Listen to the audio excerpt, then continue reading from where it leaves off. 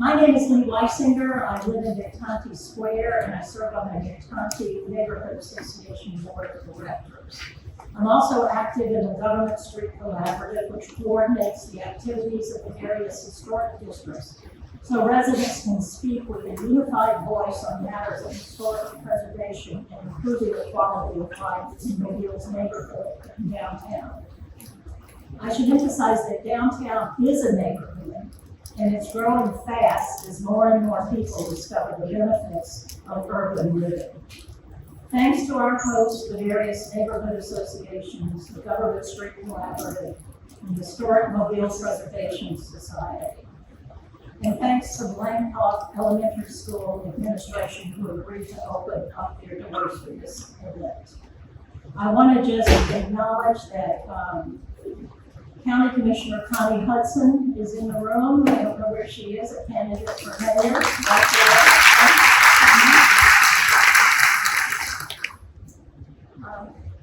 I would like to introduce next the principal of the Blancock Elementary School, Hope Bell Payne.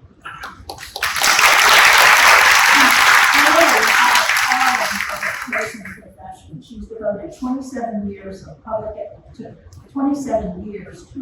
education with Mobile County's public school system, starting as a paraprofessional and tackling new and varied opportunities throughout the years.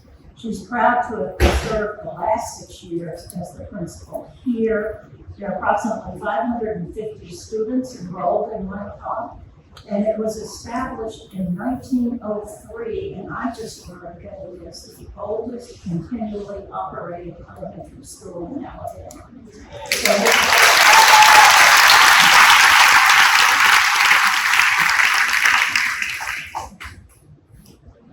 Good afternoon, good evening to everyone. It is my pleasure to be here before you, and thank you for the introduction, but I wanted to take a moment to welcome you to Blancock Elementary School. And yes, we are the oldest active elementary school in the state of Alabama. I tell everyone that because we are the best thing on this side of heaven.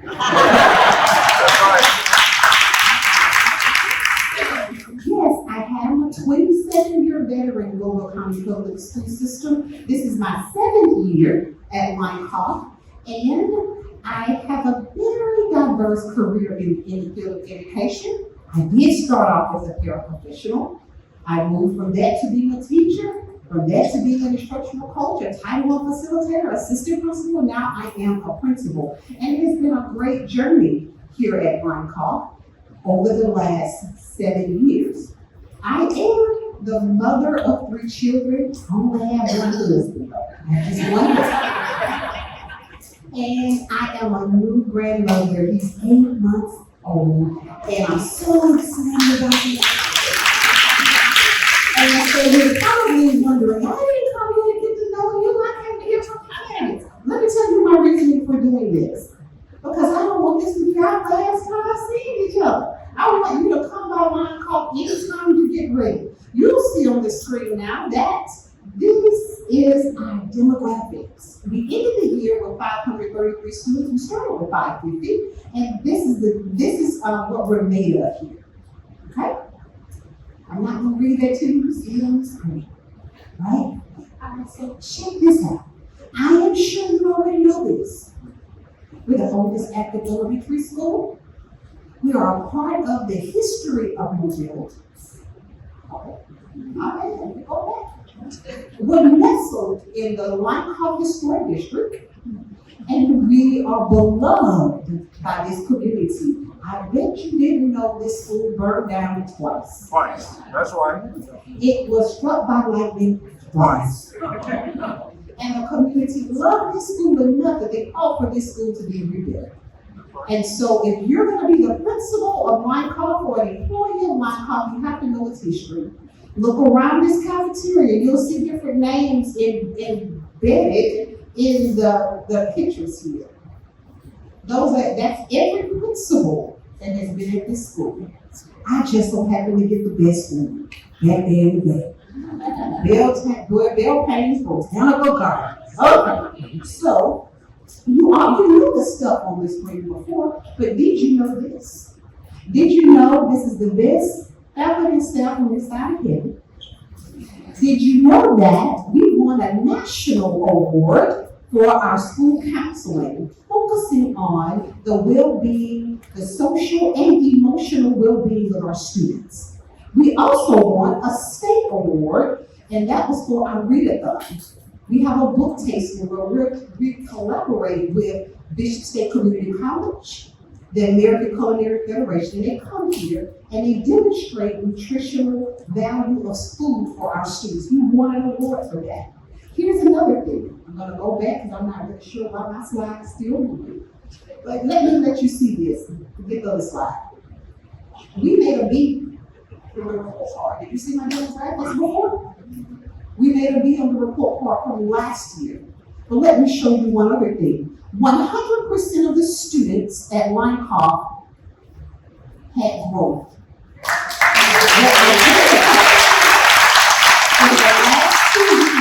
For the last 2 years, we have had 100% growth. Now, my dad is a Baptist preacher.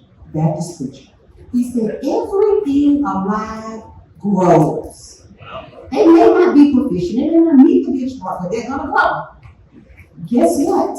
We have decreased our chronic absenteeism, and our report card score has increased from year to year. Let me show you something real quick. This is our ELA scores. I didn't put the numbers on there, but if you look at the first bar, the second bar, the third bar is Linecoff. This is the reading scores compared to the district and the state. Now, we didn't beat the district and state, but we're right there with the district, right?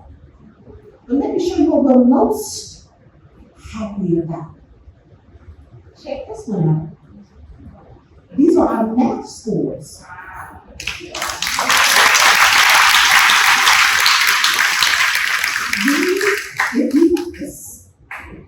This is the district, this is the state, this is the district, this is Linecoff.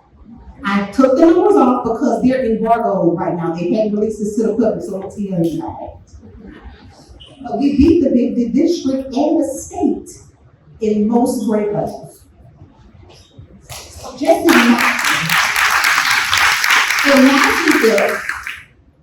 imagine what we have, what we're serving, the children that we are serving, because everything but alive grows. Yes, it does. Imagine if we had a multi-purpose room where my students did not have to have PE in the basement when it's too hot, too cold, or it's raining.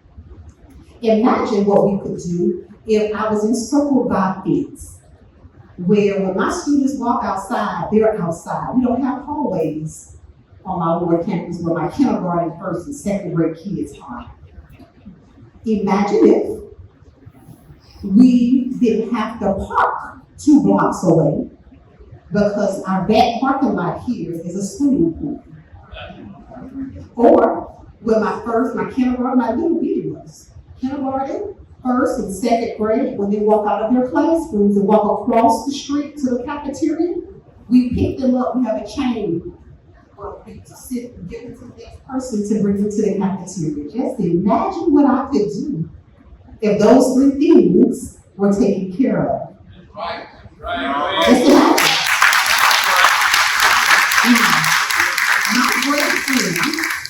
My great friends here at the Linecoff Historic District gave me 10 minutes, and I'm from a Baptist preacher, so I can stand up here a long time. So I'm gonna leave you all alone, but I want you to come back to Linecoff anytime you get ready. We are a gem here in Mobile. That's right. Most people forget about us, but we're here. I want you to come on back. So here's my contact information. Anytime you want to come see me, and I'll be here after it's over, as if I'm ready for the seat too. I'm supporting whoever is voting in this area because we are a part of this community. And thank you for your time. And you all have a wonderful evening.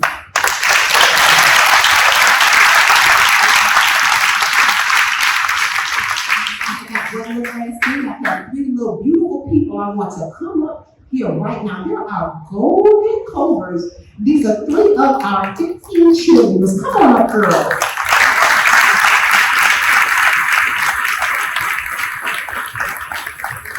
I give them the opportunity to introduce themselves.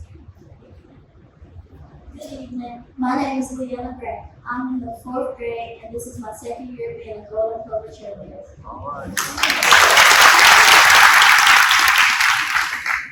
My name is Madison Petit, and I am going to the 4th grade. This is my 2nd year of being a Golden Clover cheerleader.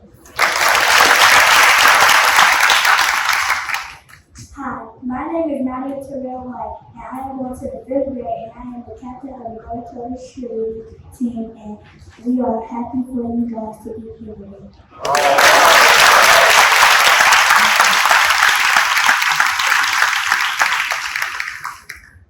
Thank you all of you. Thanks, Ms. Belkane, and thank you to the Golden Clovers for being here tonight and representing your school with such poise and intellect and showing your commitment to your school. The sponsor of the Golden Clovers, Giovanni Bullard, is here manning the PowerPoint, and we are delighted to have her assistance in some techniques, helping run the PowerPoint, etc. She's also the writing coach at Ryan Park. Thank you. I just want to briefly mention that there are donation boxes in the hall for school supplies tonight, but if you didn't bring a donation or didn't know that we were asking you and encouraging you to, you can make a donation through the donation portal located at the Linecoff Historic District Neighborhood Organization's website. It's a very easy Google, so I encourage you to do that. And Principal Belkane just told us a really, really proud accomplishments that this elementary school has done. And it sounds like great things are ahead for them. Next, I want to introduce our timekeepers. Very able-bodied Tim Manis. He's president of the Linecoff District Neighborhood Association. And he's assisted by Suzanne Schwartz, who's on the board at Linecoff. So thank you both. The sponsors of tonight's forum were thrilled that Dr. Raul Richardson agreed to serve as moderator this evening. Dr. Richardson's day job is with the Health Research and Development, where he is Senior Vice President for Research and Development. But he's also someone who gives his time and talents to community development efforts in various organizations, too numerous to mention here. Dr. Richardson serves on many important boards, including the South Alabama Regional Planning Commission, the Alabama Association of Regional Council, and the Alabama Contemporary Arts Center, where he is treasurer. You can tell he has very committed and diverse interests. So it is my pleasure to now turn the podium and microphone over to Dr. Richardson and let the forum begin.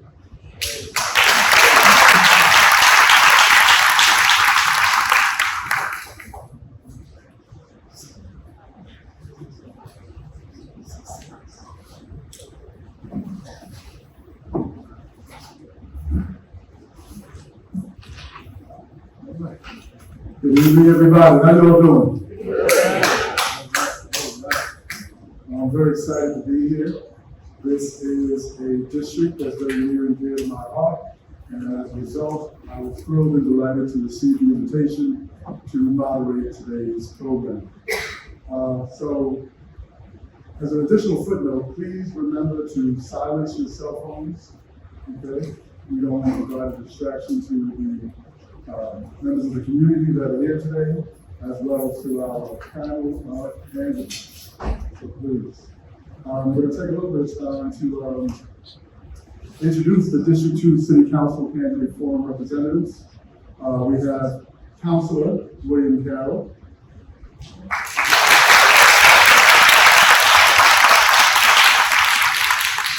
Candidate Samantha Ingram.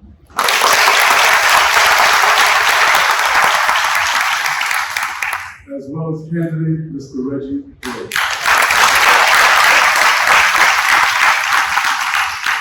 I want to get right into the program, but given the fact that we're in such a historic school building and having heard the principal's comments and things of that sort, certainly this school, the Clovers, and Principal Belpain deserve some more acknowledgement and appreciation for them making the space available to us.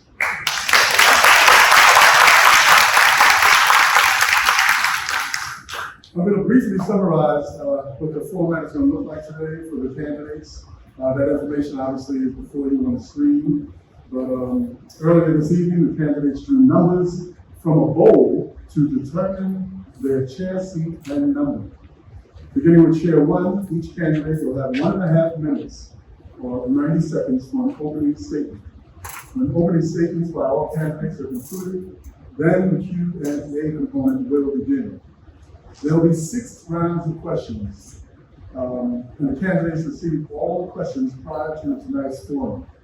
Each candidate will have 2 minutes to answer a question, and each candidate will be asked the same 6 questions in a rotating order. The first responder will rotate in numerical order at each question as it changes, and at the conclusion of the question and answer portion, each candidate, beginning with the candidate in chair number 3, will have 2 minutes to make a closing statement.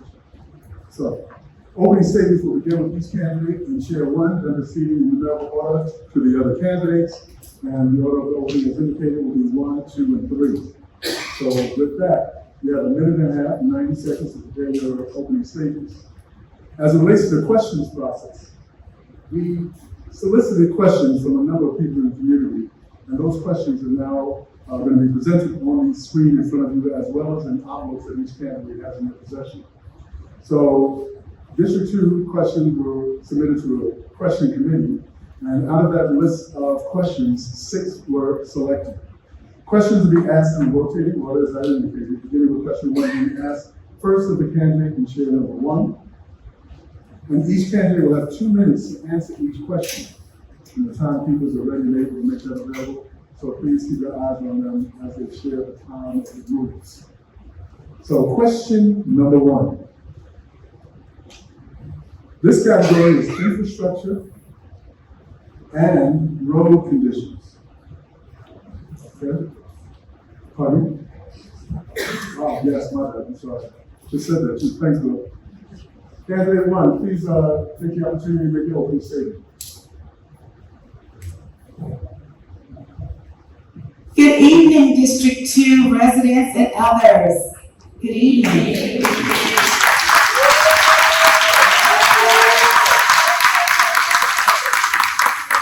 I am Samantha Ingram, and I am running to be the voice for the people of District 2.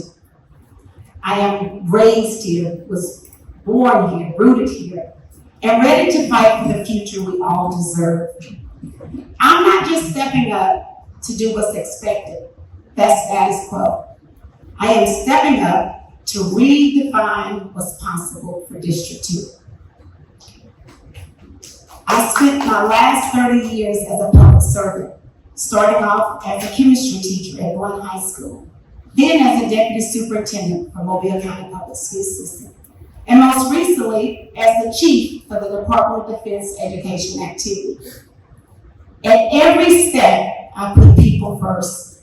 Now I want to bring that same passion and purpose to City Hall.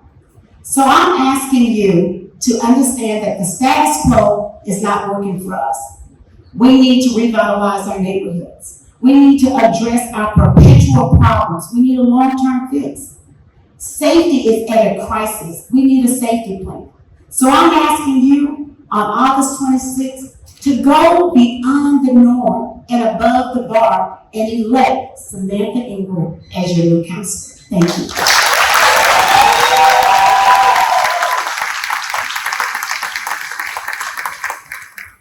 Thank you. Candidate number 2. To our MC, to our moderator, to the historic organizations that have empowered us to be here at this local session, to Mr. Boswell, who invited me, thank you for what you've done behind the scenes, to my panelists, colleagues, our panelist guests, the citizens, and stakeholders, But most importantly, the residents of District 2. Good evening. My name is Reggie Hill, and as I begin, I want to first just say it is great to be home. In 1997, on this very stage is where I began my political service career, we could say, when I became a member of the student council. And since then, I have continued this push to represent everybody. Now, much like Principal Bell Payne, I come from a missionary Baptist background, so I might be a little long-winded. So I'm gonna have to be brief tonight with what I'm saying, and so I want to warn you early as to how I'm going to have to speak tonight because of time constraint. So this should be very simple, what I want to say this for. Because if you have a good amount of money and this kind of thing, you can put signs everywhere, you can put your shirts on, you can put all these things together, but that doesn't have anything to do with the type of leadership that we need. So instead of going off of what you just see, I want you to go off what you know. We know the results from what we've had before, and we don't know what we're going to get. So anything else that's coming up in the race is all out of the blue. So keep that in mind tonight, and remember, on August 26, 2025, we need to elect our best future. And the only way that we can do that is by sending Reggie Hill to the Mobile City Council. Thank each of you for being here, and thank you for being a part of this municipal government process.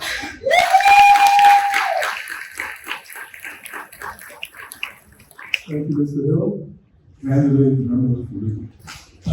Good evening. After Reggie established an order like we're the Baptist Church, I want to say good evening to you again. My name is William Carroll, and I am a product of this district. I was born and raised in this district. I live in this district. I've walked these streets in this district. I've been to your homes. I've sat on your porches. I've been in your houses and in your dens. I've looked at the potholes on your street. We've talked about revitalizing your neighborhoods. I've brought lighted properties in your neighborhoods, and we've developed programs for affordable housing. I'm running this time for the future. I'm running to continue the progress that we've made. I'm running so that the things that we've done continue, and we continue to make Mobile the best city in the state of Alabama.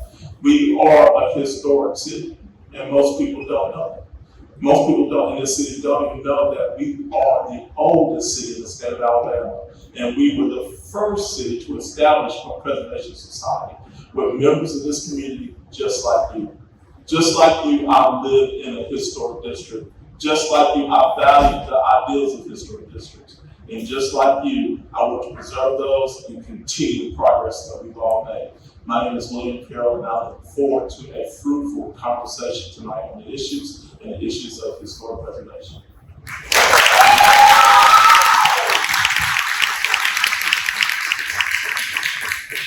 Thank you, Mr. Carroll. So, now having restored the order, the first category of questions is infrastructure and road conditions. And the question is, what is your plan to improve infrastructure, including streets, sidewalks, historic lighting, drainage, etc., throughout District 2? And that question will first be responded to by candidate 1. So when we think about the infrastructure, it's more than just concrete and pipes. It's our quality of life. And in District 2, when you look at the aging streets, the broken sidewalks, the failing drainage system, and the darkened corridors, you realize that that represents decades of underinvestment. And we cannot continue with a future like that.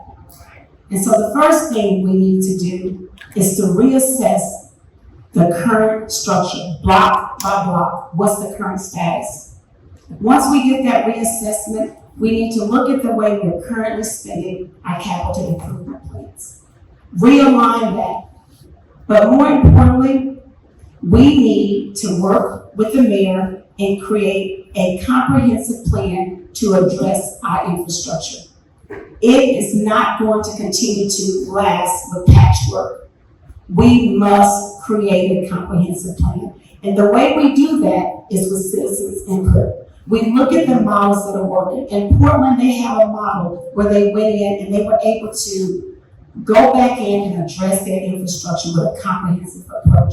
I'm asking you to understand the importance of us changing what we currently do because it's not working and create a comprehensive approach and no more patchwork. It's time.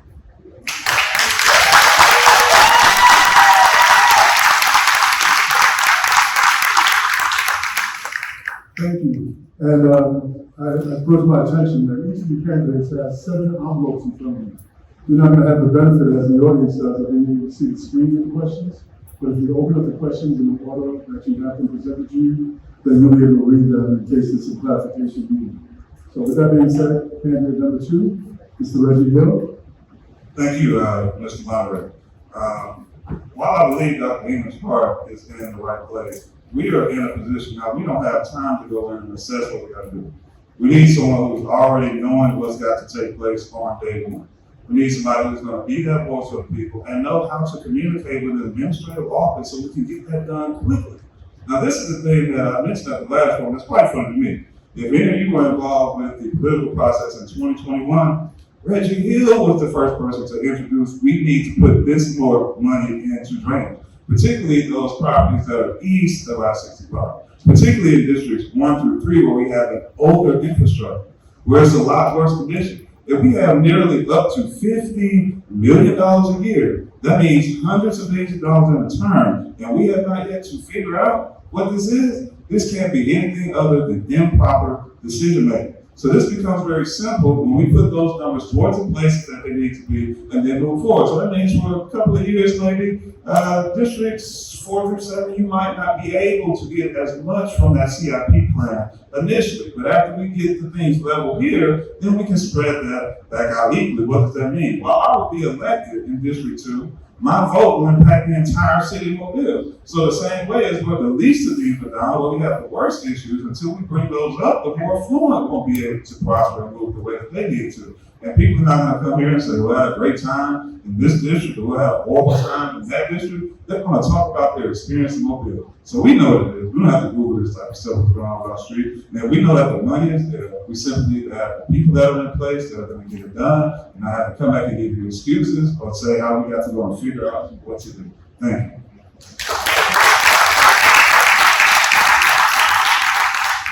Thank you, Mr. Hill. Candidate number 3, Mr. Charles. The City of Mobile's capital improvement budget is roughly $78 million a year. The council each and every year gets $4 million a year, which is $28 million. You deduct that from the $78 million a year. Now, you know that $4 million doesn't go very far in any district. It's probably 1/100th of what we need to do in a district. But when you talk about our CIP plans, that money has to be spread out amongst the streets, the parks, the AC conditions, lighting, and all those things. So if you were to go to the City of Mobile's website and look at the CIP plan, you will see my plan for the next 6 years. I don't have to talk about what we've done or what we're going to do or what we think we can do. You can see it. So let me just tell you a little bit about the next 6 years. Over the next 6 years, starting in next year, with the help of Monsieur Luckett in the campground, we're going to have a pay-as-you-go that's going to pave all the streets from Broad Street over to Ann Street, do the sidewalks and do the ADA repairs. From the east side of Washington Avenue, our sidewalk program continues and it goes all the way through down the bay, all the way over to Virginia Street, and we're going to do the sidewalks over there. We jump over the next year, which is in 26, 27, do the sidewalks from Virginia Street all the way back down to Savannah Street. And then we pave those streets and do the work too. I've got new sections of the district that we're now walking with the engineering department and making plans for those for the next 4 years. That's Pine Hill. That's Magnolia, where we don't have any sidewalks, we have drainage, and that's also Brumman, where the big ditch is behind it. So it's not what I think we can do, it's what I know we can do, and what we've already planned to do for the next 4 years.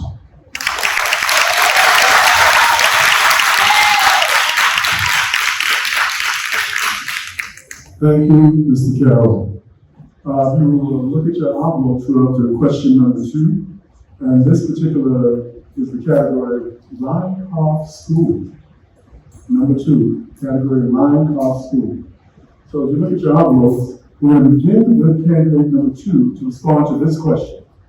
In what ways will you leverage your position on the City Council to bring awareness to the needs of Rhine-Coff School and its students? Specifically, the need for drainage system improvements, campus fencing, and a multi-purpose room for physical education classes. Thank you, Mr. Moderator, and I think it's quite fitting that a former student council member at Lycombe Elementary School starts this question off. So thank you. I don't know how y'all got that order together, but great job. But seriously, I think this is about relationships that have to be created. What does that mean? We have to have partnerships with the Mobile County Public School System and the school board. We have to have extended partnerships with the Mobile County Commission. We have to have extended partnerships with our state legislatures. And these are the ways that we can compile specific resources that can go towards the needs that Principal Bell Payne mentioned. And this is something that's serious. I'm actually fortunate to work at a school right now where we don't have any type of gym accessibility. So I know the strengths and struggles of that. And we just got to speaking on the infrastructure concerns that we have here. We know it rains 10 to 15 minutes and everywhere it's flooded. So I sympathize with her who's saying that they have a pool in the backyard. There are a lot of grants on the both state and federal levels, particularly for historic establishments. What does that mean? Some place like Lycombe Elementary School that has been along more than any other school institution, you have direct access to those type of things. So again, as I mentioned things before, we're not seeing the results we expect. It's simply because of improper decision making. These funds are there, and the principals not have to worry about advocating so hard for those things because she has so much work to do with it, just like the young lady that we just saw on the stage. We need to allow the arms of that. It's like so goes the head, so goes the body. But we have to allow the hands to do what they do. And so we get the head right. And I think we'll organize what we need to organize so that we can get the resources flowing in. And those things along with other amenities that extend beyond just the materialistic stuff. So we can have the programmatic approach which sustain those graphics that we saw earlier. That's how we're going to do it with the right leadership. I promise you we'll have to do it. Thank you. Thank you, Mr. Hill. Candidate number 3. Thank you. I heard the principal when she mentioned the flooding in the parking lot. But let me describe to you how this flooding occurs. See, what happens out here is that if you were here and you lived here, you know, and if you're working in the city, you also know. But you'd also know that there are no grants for drainage issues as we just possibly heard and suggested. But if I had an unlimited checkbook, the first thing I would do, I would tear up Ann Street from Virginia to Government Street. I would increase the size of the pipes out there and then let it go back to the outfall and it goes down to the Tennessee Ditch and out to the river. The problem there is that the size of the pipes are old. They're over 100 years old and they aren't adequate to carry water. That's the first thing, and that's if I had an unlimited checkbook. If we were to fix that, it wouldn't just fix Lioncoff parking lot, it would also fix the overflows that we have in Lioncoff community and in the Oakland community and the subsequent communities that go south there. On top of that, we have to continue to reach out for additional funding to support those issues. And now, when it comes to the fence, 2 years ago, I talked to Tim Mattis here and agreed that I would be supportive of providing some funding for the fence, which was 653 feet and $36,000. Now, the city is in the business of building public schools and public school systems, but I am very supportive in supporting any school that needs help with the principal and with the public school superintendent, just as I did with Williamson High School and their stadium. I'm more than pleasure to be an advocate to help find ways to find resources to build those. Thank you.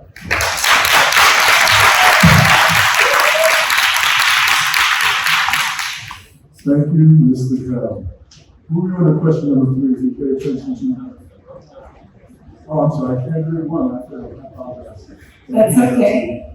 So Reggie, guess what? I also went to Lioncoff Elementary School, so that's why I'm representing in my green and tan.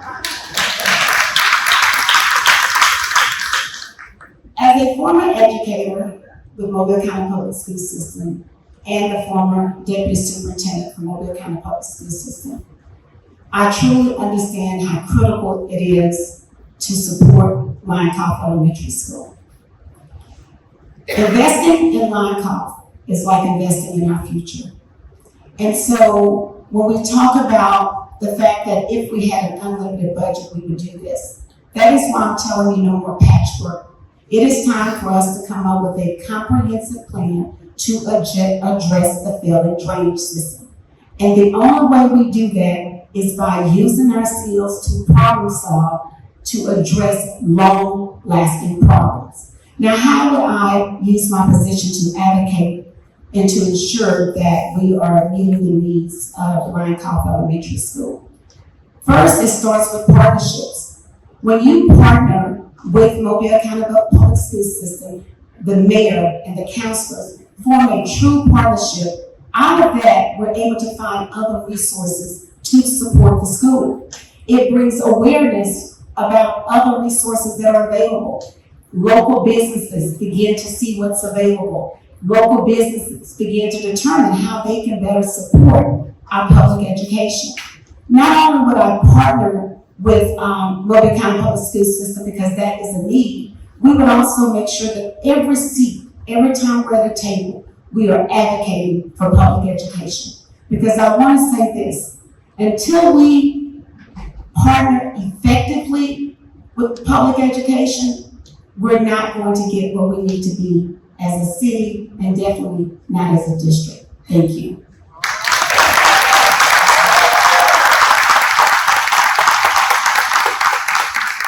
Thank you, Ms. England. Question number 3 is in the area of blighted and abandoned properties, as well as affordable housing. This first question will be answered by candidate number 3. What increased measures and incentives would you support to ensure that buildings cited as blighted properties are sufficiently improved to support families remaining in their homes? Mr. Kevin. Well, first of all, let me say that any building that is blighted that has someone living in it, the city is not going to evict them out into the street. So they're going to stay there. But let's talk very quickly about CDBG and HUD and all those issues.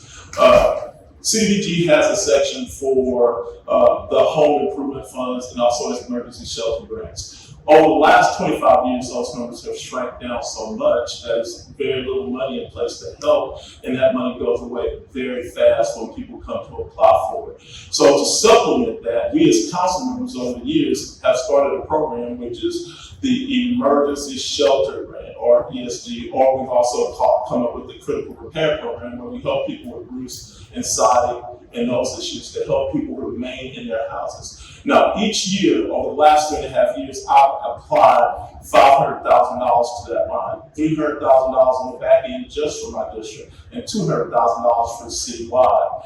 Now, the biggest thing that I've done over the last 3.5 years when it comes to affordable housing is I've written a plan now that allows for single-family home ownership in blighted areas that revitalizes neighborhoods. A plan that now is being looked at all over the state. A plan now that everybody's asking how did Mobile do it.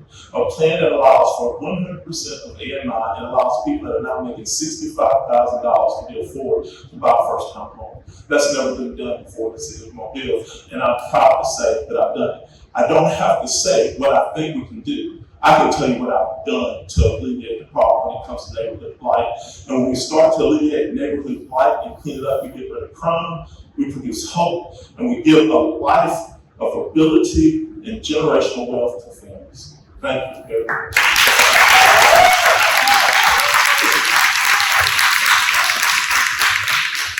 Thank you, Mr. Carroll. Candidate Smith England. So we can look around and see that blight is everywhere. I live on Texas Street. I'm surrounded by blight. Blight is not just about buildings, empty buildings. It's about the erosion of hope in our neighborhoods when we live in blighted communities. And when you look at District 2, you'll see that it represents decades of disinvestment into neighborhoods. And so to address that, we need multiple strategies. First of all, we need to have targeted incentives. And those targeted incentives would allow for low interest loans, it would allow for tax abatement. Those are the things that we need to address blight. In addition to that, not only should we have targeted incentives, we need to bring the resources to the community. Oftentimes, the reason we are in these situations is because families do not have wills. And when they do not have a will, they can't even get the services, they can't even qualify for some of the grant funds that are out there. So we need to bring the services to the community, support them, show them how to navigate the system so that they can get that property in their name so that they can eventually be able to get some type of support. In addition to that, we need to reassess how we're using the Community Development Block Grant, because clearly it is not working for us. We talk about affordable housing, we say we have this, but there is not an inventory on site right now that we can go to and find that. So I'm saying to you that if we want to address blight and address it in an aggressive way, we're going to have to stop with the status quo and try something new. Leadership that will solve the systemic problems and do it in a timely manner. Thank you.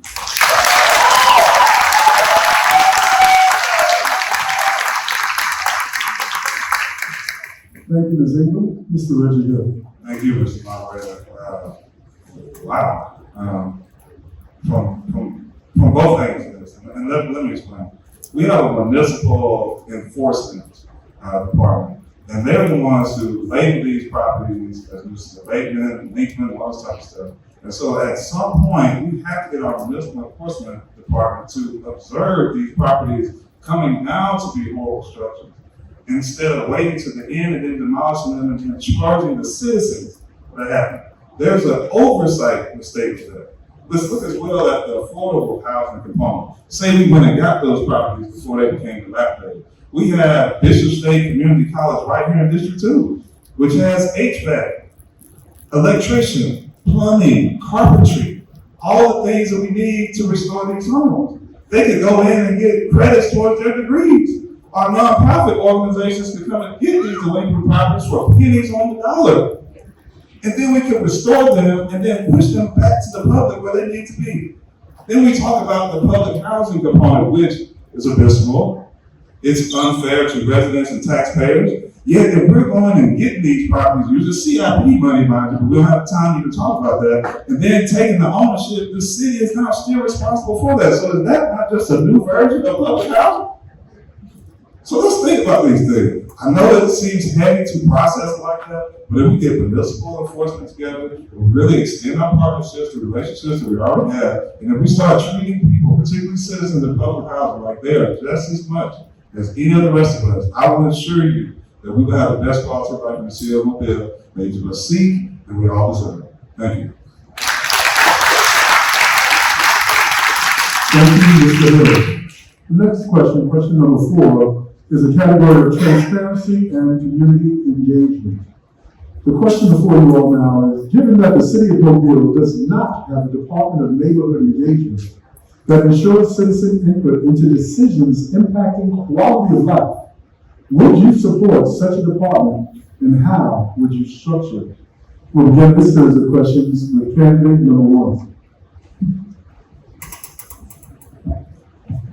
Absolutely, I would definitely support that. As I canvass the neighborhoods, that's the number one concern, is that citizens have been left out of the input. Decisions are made solely by the representative. We're going to bring community back to decision making. And the way we're going to do that, the way it would be structured, is that we would first identify the liaisons, and these liaisons will serve as a direct impact between and communicator between the city hall and the neighborhood. From there, we would have the counselor along with the liaison to identify volunteers for every neighborhood. So we have 19 neighborhoods, all 19 neighborhoods will be represented. They will serve as District 2 citizen advisory. And from there, we would put in communication mechanisms that you must meet monthly for a live Facebook so that you can have information going back and forth, not just updates, but dialogue. Not only will we have the Facebook Live, we will still have the monthly association meetings, but we will also have a monthly newsletter so you know what's going on. And it's not just a few people getting access to information, but it's everyone getting equal access. And that is what we would do from that level. And that is so important because if we do not allow our citizens to have input into our decision making, then truly it is an individual making decisions collectively for all of us. It is time for us to put the citizens back into the decision-making process. Thank you.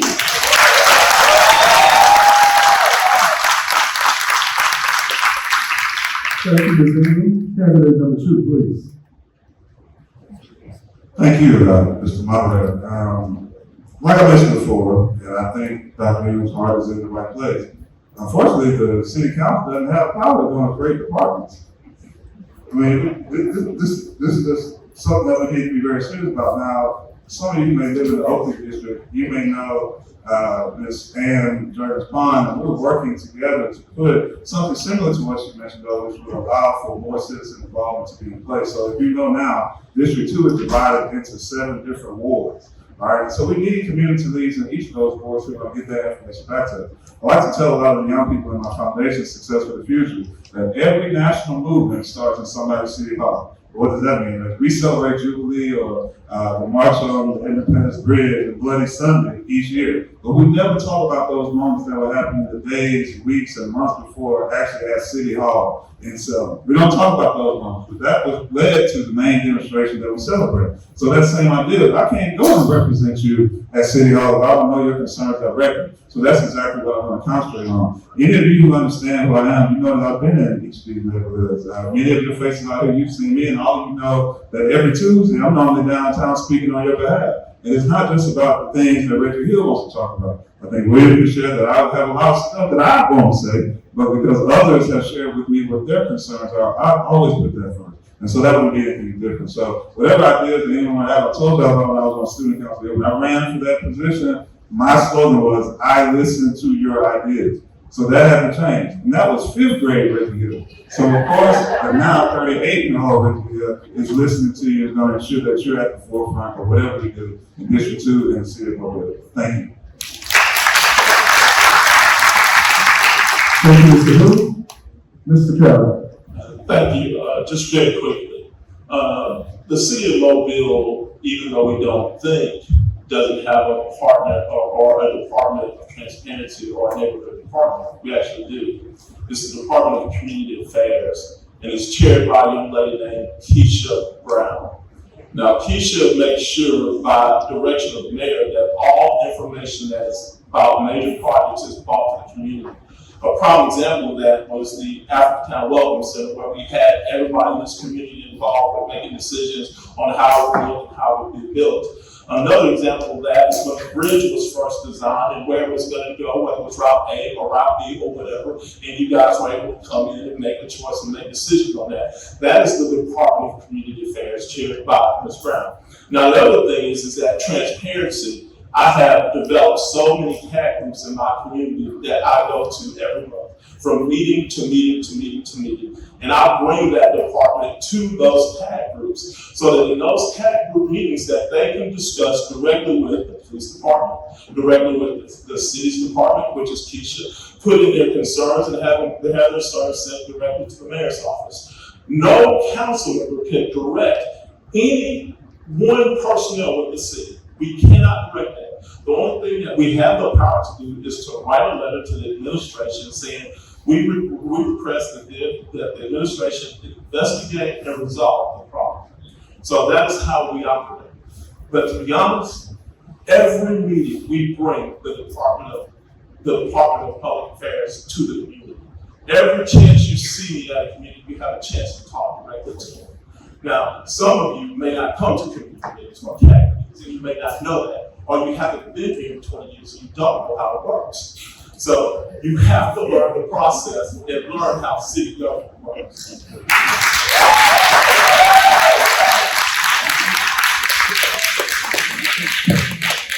Thank you, Mr. Carroll. The next category of questions has to do with historic preservation and cultural heritage. We're going to begin with candidate number 2, followed by 3, and then 1. And the question is this: how will you work with community partners to protect and maintain historic trees and structures?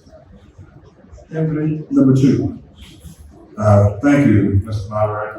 Last forum that I mentioned as well, when we were discussing the infrastructure component, I think we have enough intelligence, enough technology, and enough able-minded people and bodies and organizations and institutions and people who are enthusiasts about these things to figure out how we can fix our drainage and still preserve our trees. Because a lot of people have kind of put that on the back burner because they believe we have to cut these down. I was speaking to a gentleman yesterday while I was canvassing, and he showed me a new way in which we can even just trim the roots slightly because they're going to be growing, and we can reroute them, and then we can see our ways of preserving those and then maintaining the drainage. Now, a lot of you may not be aware, but the Mobile Civic Center is a part of the historic district. The International Ministry Building was in something that could be labeled as a historic district. And we're looking at things that are happening in Allentown. So I want to just push beyond just the idea of the tree component alone because we have to preserve the city. And I have been at the table with these things. I've been involved with the core proceedings of these things. So I know what is necessary to be done, but because I didn't have access to the city seal yet, that influence was not in place where it needs to be. So basically what we need is someone who not only is going to listen to what needs to be done, but is researched and studied up about what needs to take place. And then we implement that in a continual basis. And I know how to do that. I love these trees. I know it's a part of our makeup of our city, and there's ways that we should preserve them. I'm about continuing the idea of that life that I believe it brings so much.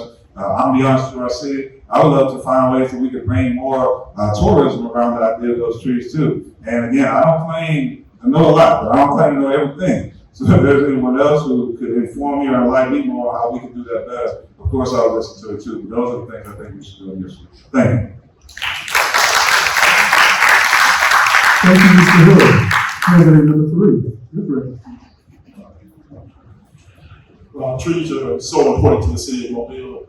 We are a tree city. Even at our home, there's 3 heritage oaks and 1 live oak, and I can't tell you how many water oaks that are on our property.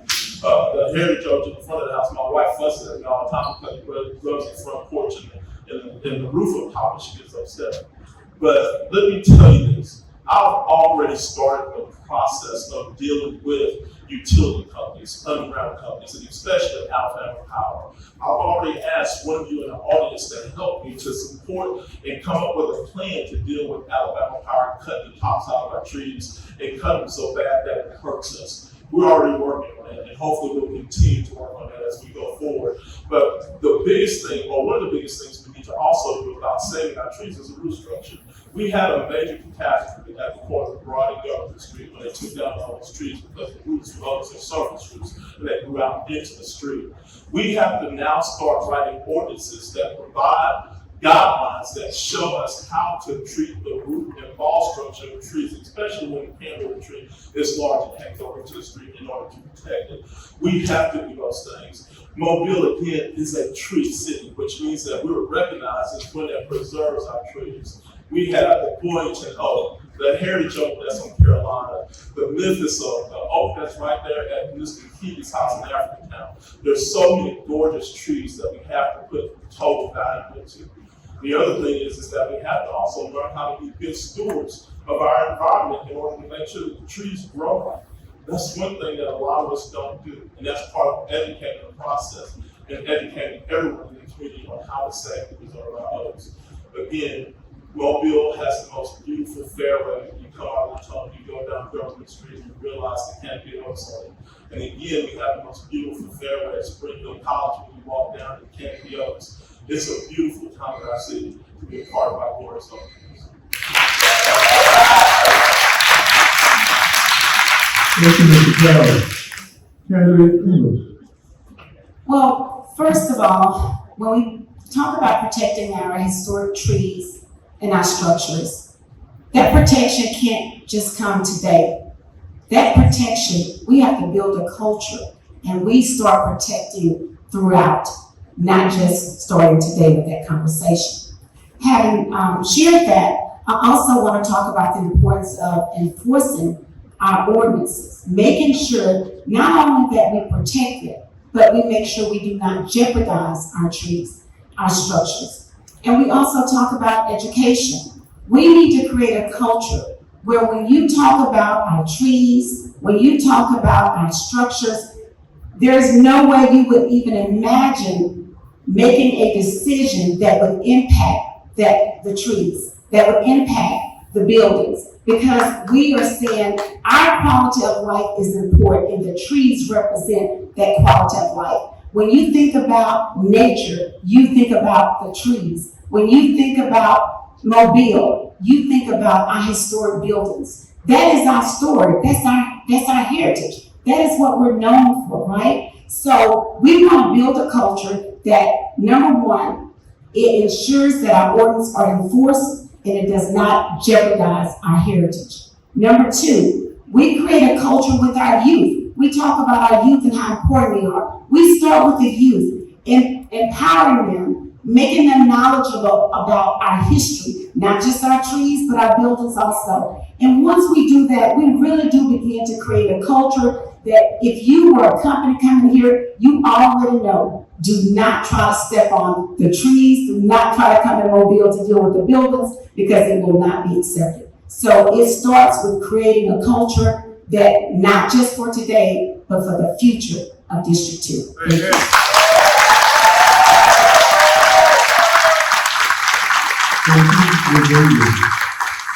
Question number 6 is in the category of historic preservation and cultural heritage in regard to city ordinances.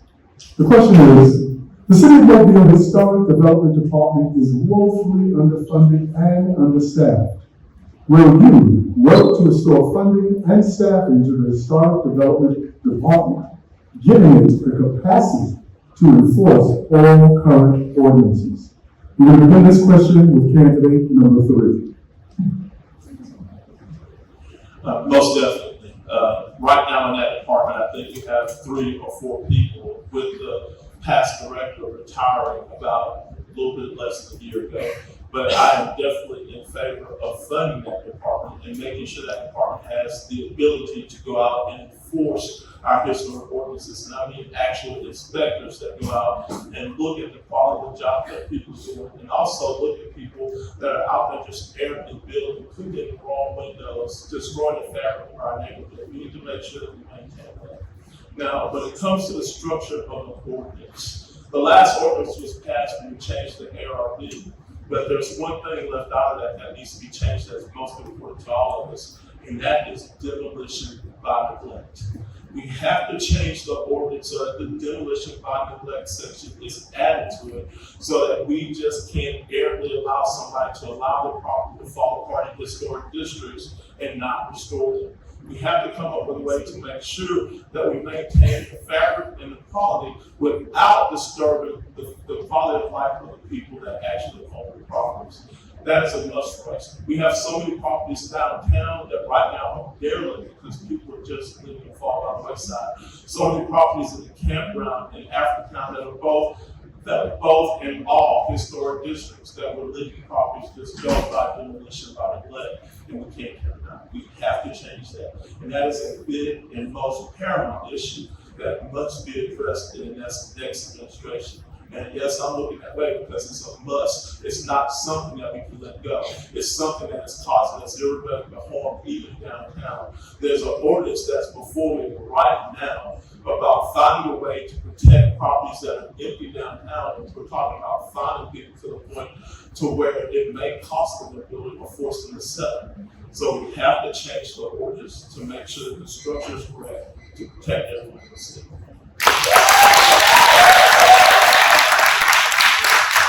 Thank you, Mr. Carroll. Candidate 1.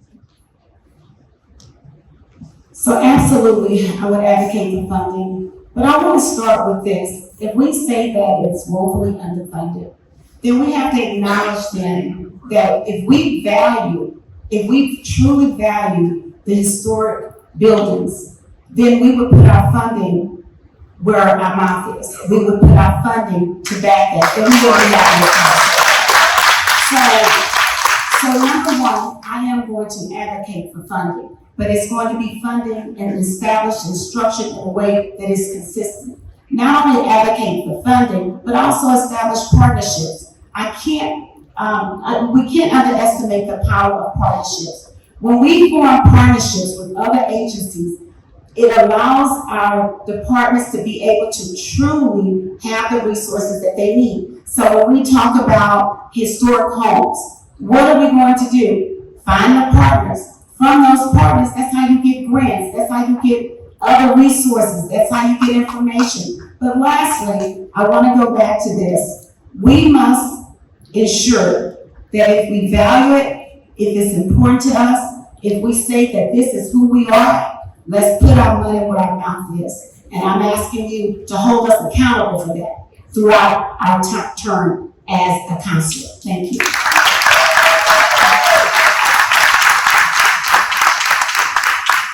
Thank you, Ms. Ingram. Mr. Hill? Thank you, Mr. Moderator. Okay. I won't have to talk to you in circles because we look at the results and they don't reflect what we're expecting to see. Nor will I have to make a gotcha moment because I want to take advantage of the moment that's happening. And I don't have anything to show for it. And I haven't been here to participate in it. So very plainly put, my answer is yes. But let me ask you this question. Are you all aware that the Mobile Civic Center is part of a historic district? It's a historic place? That's right. All right. What you aren't aware of, I'm sure, is beyond the 300 to almost $500 million, we don't know what this is, that's what I'm saying. But what you probably aren't aware of is, I'm the one who filed a complaint against the city for this.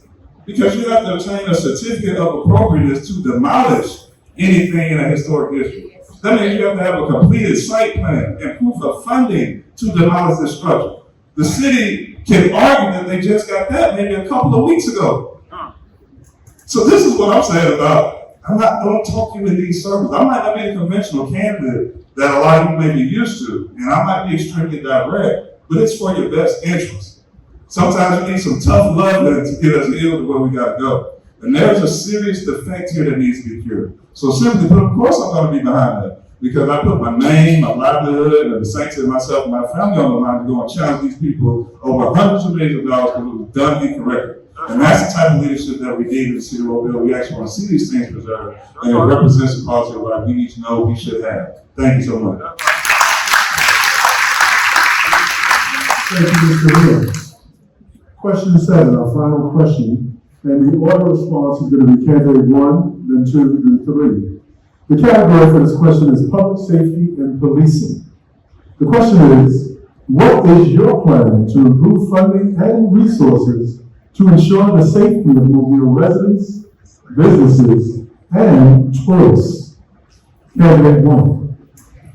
Well, first of all, safety is paramount to the quality of life and to our economic development. And so before we can talk about funding, we must first have a plan.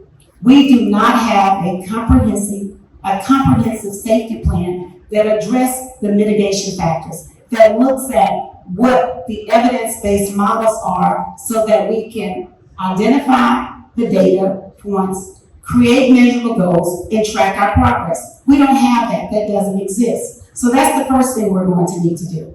Then from there, the first step would be to assess the current level of funding for our safety department. What are we doing with it? What's working? What's not working? The second step, once we have assessed that, now we're going to evaluate in terms of if it's actually working, and if it's working, then, okay, great, we'll keep that. But what's not working, we're going to get rid of that. So I'll give you an example. I work for Mobile County Public School System. We had an issue and a gap in student achievement. We realigned $15 million.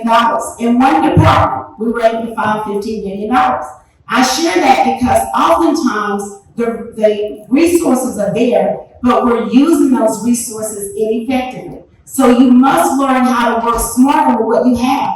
A lot of the federal grants are going to be cut. So if you don't have a skill set to go in to assess how you're using the resources, realign your resources, you're not going to be able to address the issues that we're going to be facing. And lastly, after we do that assessment and that realignment, if it's still not working, then we'll seek grant funds. There are funds out there where municipalities and the city have partnered together to address safety. And those are the things that I would do. I would bring those same skill sets to the City Hall. Thank you.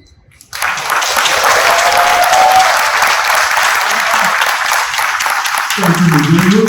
Mr. Hill. Thank you so much, Mr. Moderator. I want to share with you all three things: performance contracts, being proactive, and Africatown. Let's work backwards.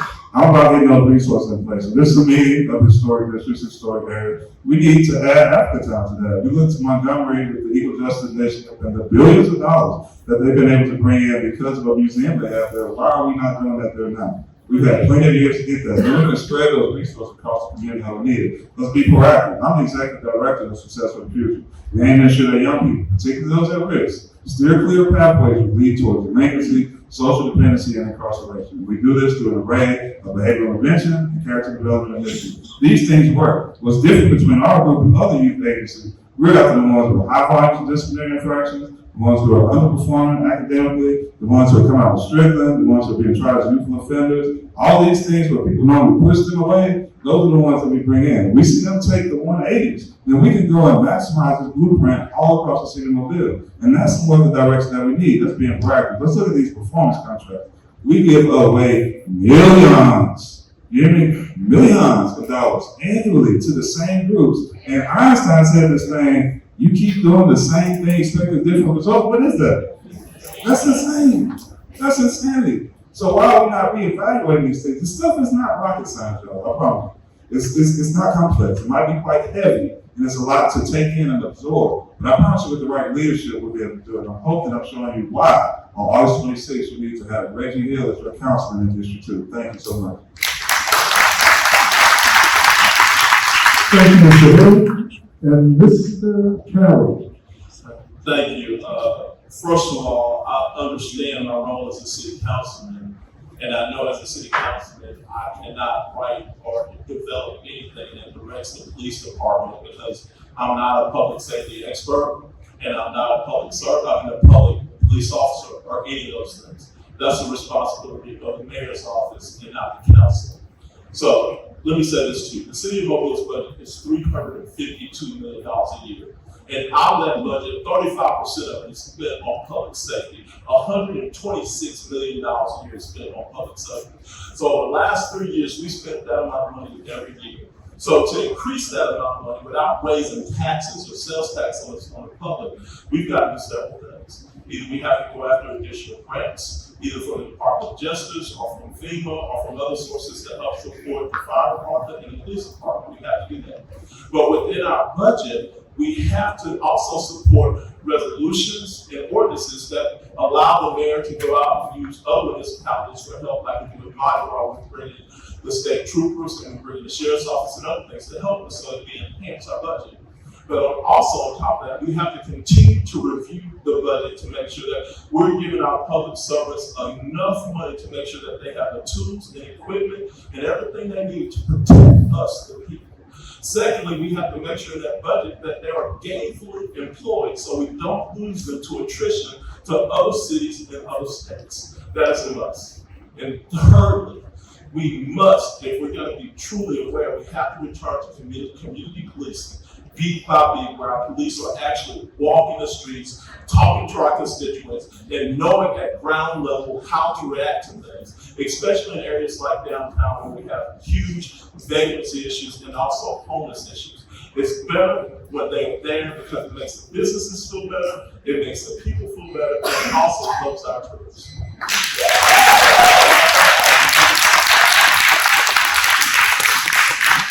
Thank you, Mr. Carroll. We arrived at the portion of the program where we receive the closing statements from the candidates. And we're going to begin with candidate number 3, and we'll proceed from 3 to 1 to 2. Each candidate will have a minute and a half, 90 seconds for the closing statement. Okay? So, Mr. Carroll. Thank you all for coming out tonight. It's been an extreme pleasure to speak with you, to have an open conversation, to talk about our district, to talk about the accomplishments that we've made over the last 3.5 years, but most of all, to talk about the progress that we still need to continue. Mobile has blossomed over the last 12 years, even over the 8 years that I was not here. And some people tend to say that I was here for 20 years, but that's not true. But we have truly blossomed over the last 3.5 years of the things we've done, and I am proud of it, from affordable housing to road improvements, to light, to mitigation, to park improvements at Crawford and Texas Street and Highland. We now have an overlay for the bottom that allows us to put properties back together on small lots, something we've never had in our lives here in the city. So I'm proud of our accomplishments, and I'm proud of what we have left to do. And I look forward to doing that over the next 4 years. It has been a pleasure to be your public servant. I say all the time that Mobile is the greatest city in the state of Alabama. But I'm going to tell you today that District 2 is the greatest district in the city. It is the heartbeat of our city. What happens in District 2 drives the engine for the rest of the city. And it's been a pleasure to work with each and every one of you. Again, to sit on your lawns, to sit on your porches, to go into your houses and discuss the issues of our great city. I ask you to vote for me August 26th.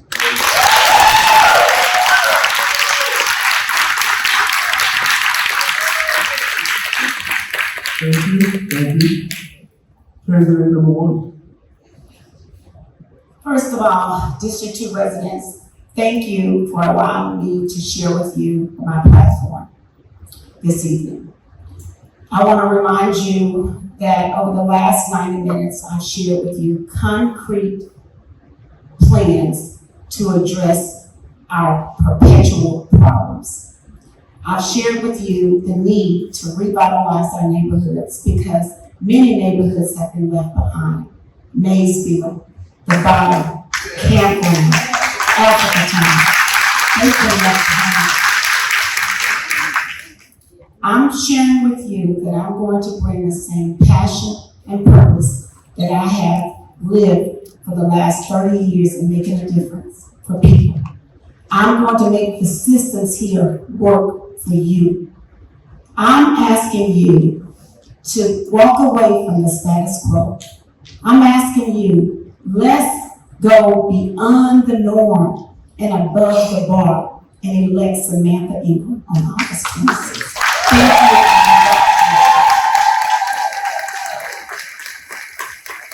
Thank you. Thank you. Mr. Reggie Hill.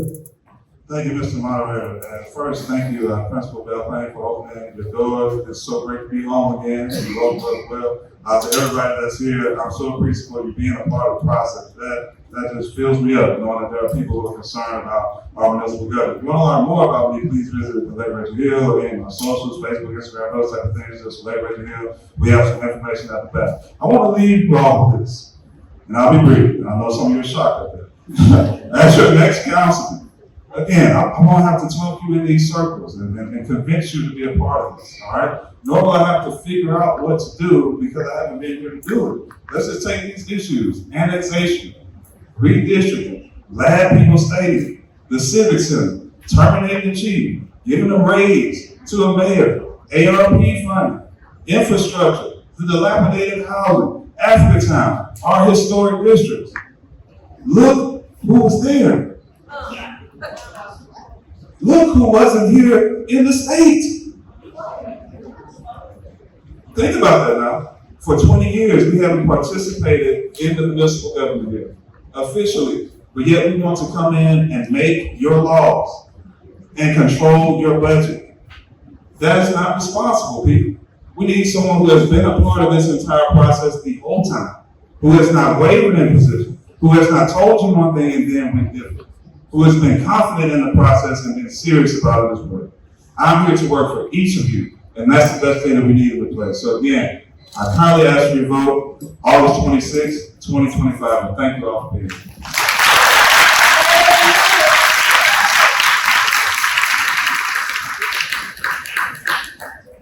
You will note some important deadlines on the screen. 8/11 is voter registration, the end of the period of time which you can register to vote. Election day, of course, is August 26th.